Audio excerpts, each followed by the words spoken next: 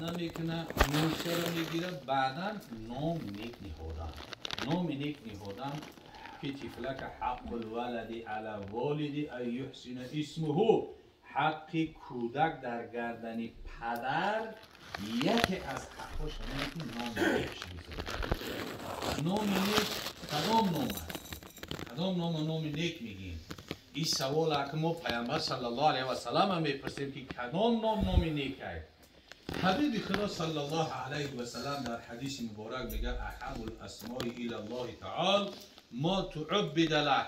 دوست داشته ترین نام ها به سوی پروردگار همون نامی هست که در اولش عبد داشته باشه.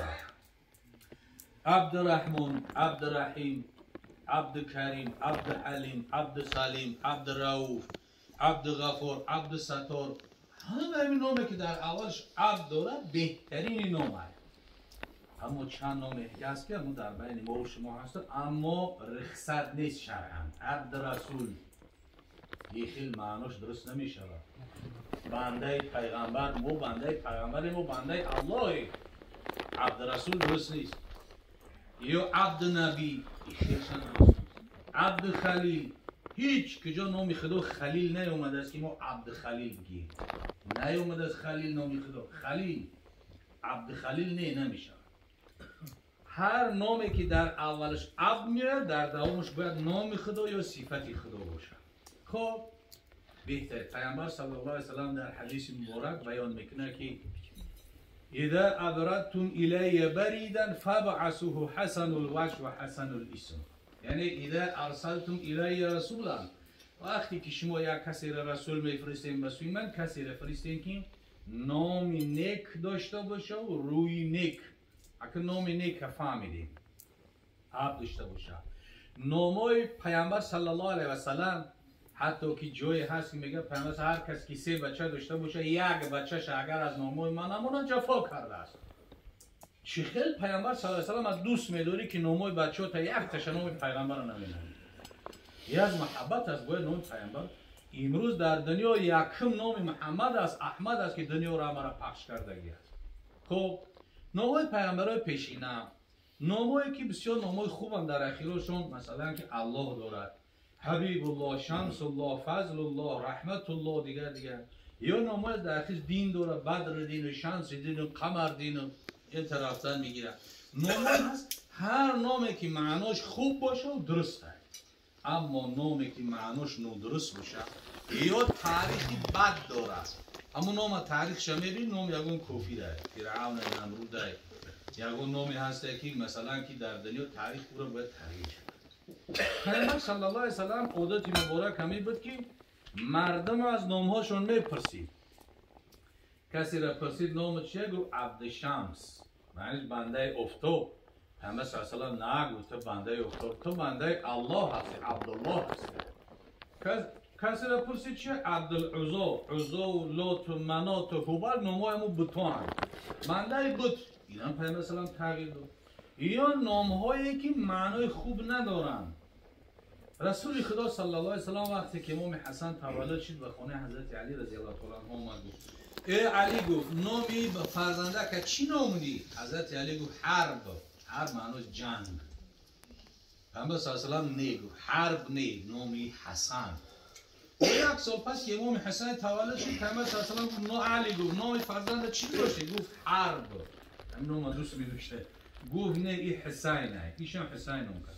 اگر حرب پیامبر صلی الله علیه و سلم نخواست، همین حربی که امروز ولی هستن در بین ما و شما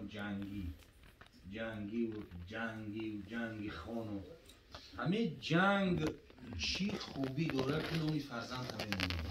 جنگ چیه؟ زدن، کشتن، پراندن، خون علا زدن، زن و بیوه موندن، کودک و یتیم موندن، از در مثلا که بیوطن موندن، همه چی خوبی داره که جنگ میمونی، جنگی میمونی بچه در. ببین درست نیستن تری نامو پیامبر گردانده می نامه. یا که مثلا بعضی نامای هستن که معناهاش خوب نیستن، الحمدلله خیلی کم شده گیه.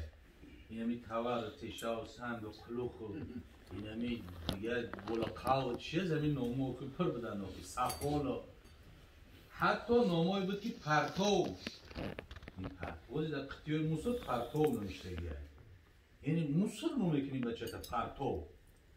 همین چیزا چی هست که وقتی که خودت نام کردن نمیتونی یک اهل علم بپرس که بچه ما چی نامونم، دختر ما چی نامونم، نه اینکه نام شوخی پرتو و موسر بمونی، نام مثلا که کلام بمونی و بیل بمونی و بلقه بمونی و تاور تیشه و انبر، یا نام نیستن، یا را باید که تغییر بکن.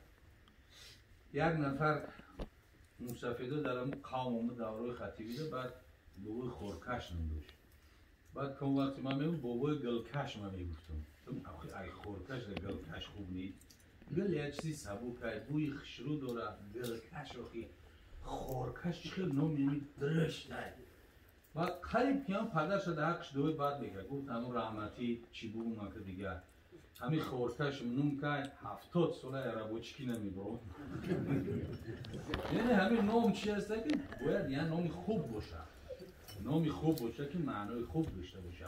از نامای پیامبر صلی الله علیه و سلم زیاد بمونیم. چند سال پیش که پیامبر صلی الله علیه و سلم کاریکاتور کرده بودن، همون سال در جهان اعلام شد که هر فرزند نرینه تولد میشه نامش محمد میذاره. یک بار همون سال چند میلیون محمد زیاد شد، چند میلیون، صدها میلیون محمد زیاد شد برای مقابلی او خواستن که به قدر کنه یک بار زیاد شد. این نامای پیامبر صلی الله علیه و سلم. اگه بعد از اینها چی است؟ تکنیک گفتیم، از آن قامت گفتیم، سرتراشی را گفتیم، نام نیک گفتیم، ذبح گفتیم، ختنه را گفتیم. چی مونده که زمانی تعلیم تربیت سر میشه برای کودک که دیگر گپ دروز نکنیم که جبو اهل علم دنبلو زیادن بو ایوان ناول تیف صحبت کنن. این تیفلا که چی نام کردن؟ احمد شو بسیار نام خوبه. احمد نام پیامبر صلی الله علیه و سلم. خداوند احمد شو را عمری درازی بکنه، توفیق قرآن، عالم ربانی، خادم شریعت، اهل جماعه ما خداوند توفیق هدایت سربلندی الله جزاک الله خیر. سلامت باشید. خدای مهربان امیدوارم عمر دراز و تنی صحت و خدمت‌های در راه دین خدای مهربان بر زیاد نصیب و روزی بگرداند. آمین آمین. و آن چیزی که ما و شما را دشمن کردن پروردگار برای ما و شما توفیق عمل نصیب و روزی گرداند. از این جمله بسیار موضوع زیبایی را برای ما و شما گوشرس کردن. در ابتدای صحبتشان درباره استقامت از پیامبر صلی الله علیه و سلم روایت کردن حدیث را که پیامبر صلی الله علیه و سلم گفتند هود و برادرای هود، یعنی سوره هود و سوره های دیگری که برادرای هود گفتند سوره های پس از هود است. پیامبر صلی الله علیه و سلم گفتند این سوره ها من را پیر کرد و سببش هم گفتند که الله مهربان پیغمبر صلی الله علیه و سلم برای استقامت در این سوره هود فاستقم کما امرت و من تاب معک. الله مهربان در اینجا پیغمبر صلی الله علیه و سلم و امت پیغمبر صلی الله علیه و سلم برای استقامت در راه دین امر میکنند.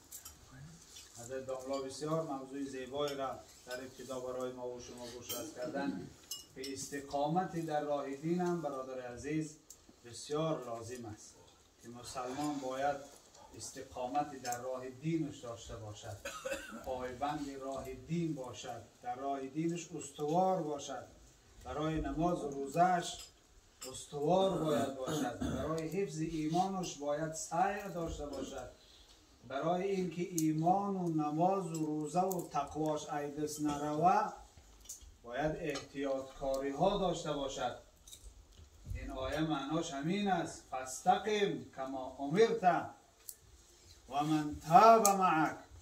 پیغمبر و هر کسی با پیغمبر صلی الله علیه و سلم است، یعنی پیروی پیغمبر امت پیغمبر صلی الله علیه و سلم همه را الله مهربان میگه در راه دین استوار باش، همون طریقه که ما ترا فرمان کردیم. چی که خدا گفت، فرمان خدا برای بنده هر طریقه که باشه بنده باید با او خودش راست کنه. فاستقیم یعنی راست بودن، راست بودن در آن چیزی که خدا و پیغمبر برای ما و شما دستور دادن. نشوا و نشوا معناش برادر عزیز همین است که نشوا و نشوا چیزی در میان پیدا شود که تو نماز از دست بودی، روزه را از دست بودی، ایمان تا از دست بودی، حالتهای شوا که کمتر، حالتهای غم و اندوه یا که خوف و خطر و میان بیایه و تو ایمان تا یک طرف بگذاری و جان تا انتخاب کنی. حالا یک قصه بسیار زیبا را مفسرین میارن از زیر همین آیه ها درباره استقامت در راه دین از زمان فرعون